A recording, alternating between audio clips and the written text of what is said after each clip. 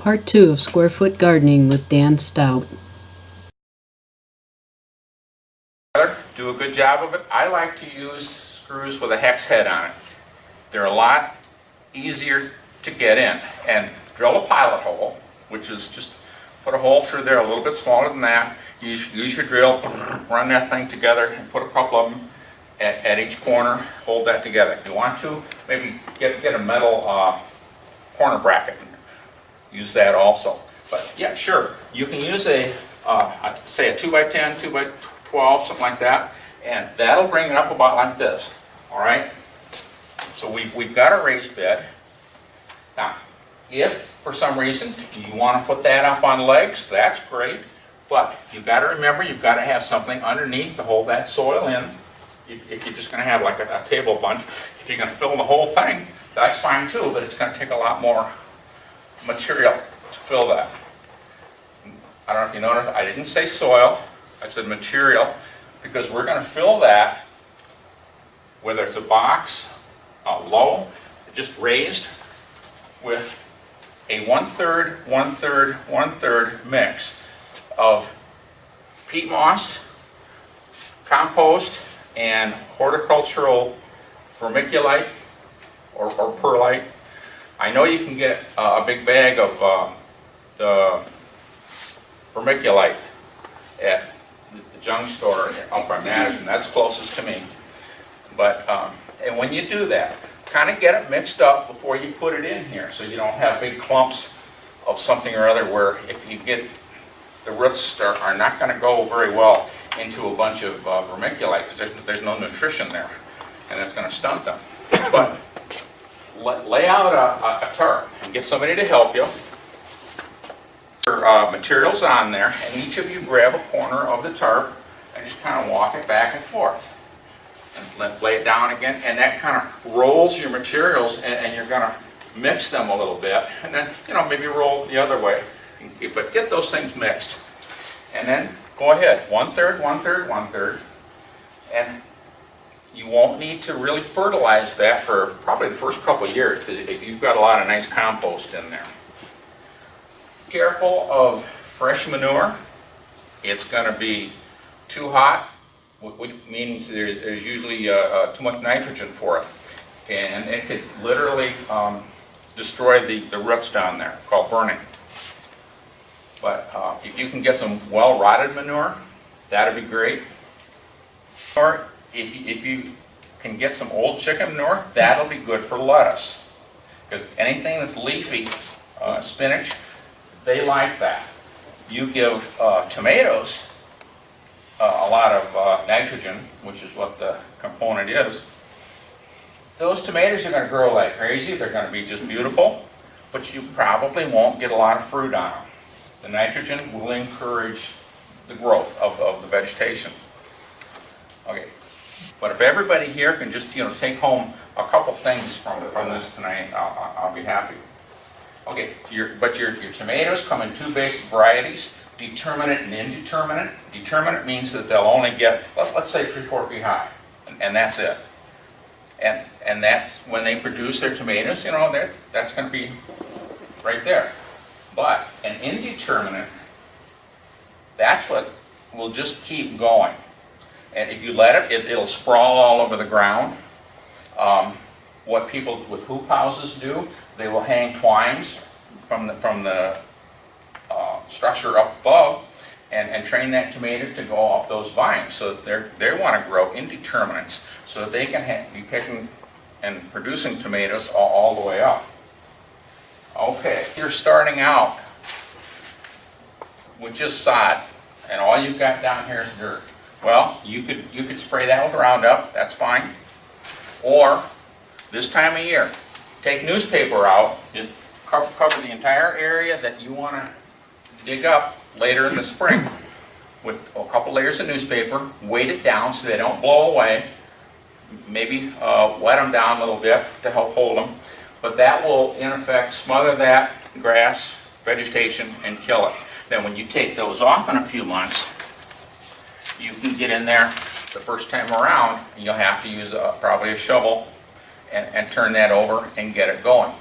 And it would be a good time maybe to throw a little good compost on there, even though we would typically like to put compost on in the fall and kind of work it in a little bit so it has time to break down. If you keep a bucket filled with water just sitting out, it's going to warm up. It's going to be nice warm water when you get down there and water each individual plant. You don't want to water everything, because weed seeds, which you gardeners know is probably 50% of the soil, but just water the plant. Don't water everything on the soil. What we do at home for our say pole beans, we put those up on the fencing, and they are in a nice long 20-foot row. But to irrigate those things, I use black plastic piping. But you can do exactly the same thing, and this is what we did at my dad's house. We got PVC, put a cap on one end, sealed it, and the other end, there's a plastic fixture you can put on there that's threaded, and at a hardware store, you can buy a hose connector. So that lays at the base of his beans with the hose on it, and through the little tiny holes that we have drilled about every 6 inches in there. It's probably like a 1/32 hole, really small. Straight down, it's not spraying around, so for evaporation, you're not going to lose much soil, much water, but give it a half hour of water every couple days. They'll be perfectly happy. They will drill little holes there, but that's okay. You don't have to turn that water on full blast, but give it a nice drink. And if you want to water something like this with a lawn sprinkler type thing, just put one of those out there, turn it on very lightly, so it just waters your whole area right there. But the best way is nice warm water that has been sitting out with a small container. Fertilize, which you won't have to do for a couple of years if you put all that compost on it. Just go very lightly on that. You won't need much, but start a compost pile if you don't have one. There's all sorts of things on the internet, because as gardeners, I feel that the internet is our friend. All you have to do in the search box is type making compost, okay? And that will take you right there how to do it. What do you plant? Well, only plant what you're going to eat. Right? This would be great for onions, carrots, beets. You could put peas on here, green beans, tomatoes, lettuce, and spinach, all that stuff that are primarily salad type things. What we did a few years ago for butternut squash, I came out from a low building. It was only about 8 feet high in front, and it tapered off to the back.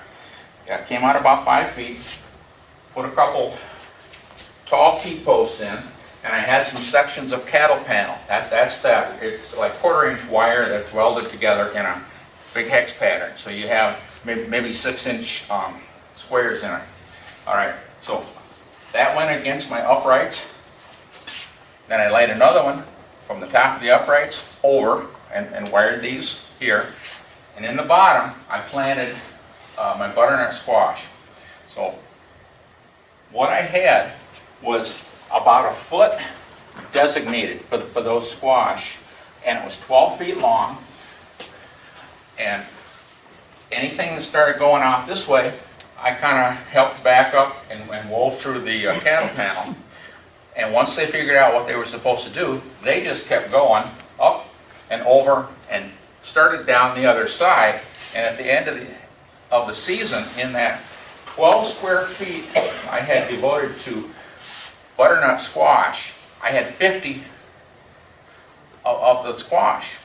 Now, if you've grown squash before, you know that if you have a hill of that stuff, it'll just sprawl all over the place and just take up a tremendous amount of space. So going vertically really saved me a lot of space, and we do that We do it with, of course, the pole beans, we do it with cucumbers, we do it with squash. I tried to do it with a small pumpkin. That didn't work all that well, but hey, try something new. Now, as for literature, square foot gardening, this was the original book that the guy, Mel Bartholomew, came up with the idea, wrote the book, and has promoted it, and there are a lot of people doing it, and they really swear by it. And in Mother Earth News has had things about square foot gardening. That a lot of magazines, the popular ones, have had articles on square foot gardening. So I don't think it's one of these things like the latest Hollywood diet fad. I think that square foot is really going to fit a lot of people's gardening needs, and as they age, maybe they're going to scale back. Or if you're starting for the first time to go out, you're going to start small, make a few small mistakes. Don't spend all that time and money on a huge garden. The Grant County Master Gardeners would like to thank Dan Stout for his wonderful presentation on square foot gardening. Video editing by Shirley Audetta. Happy gardening, everyone!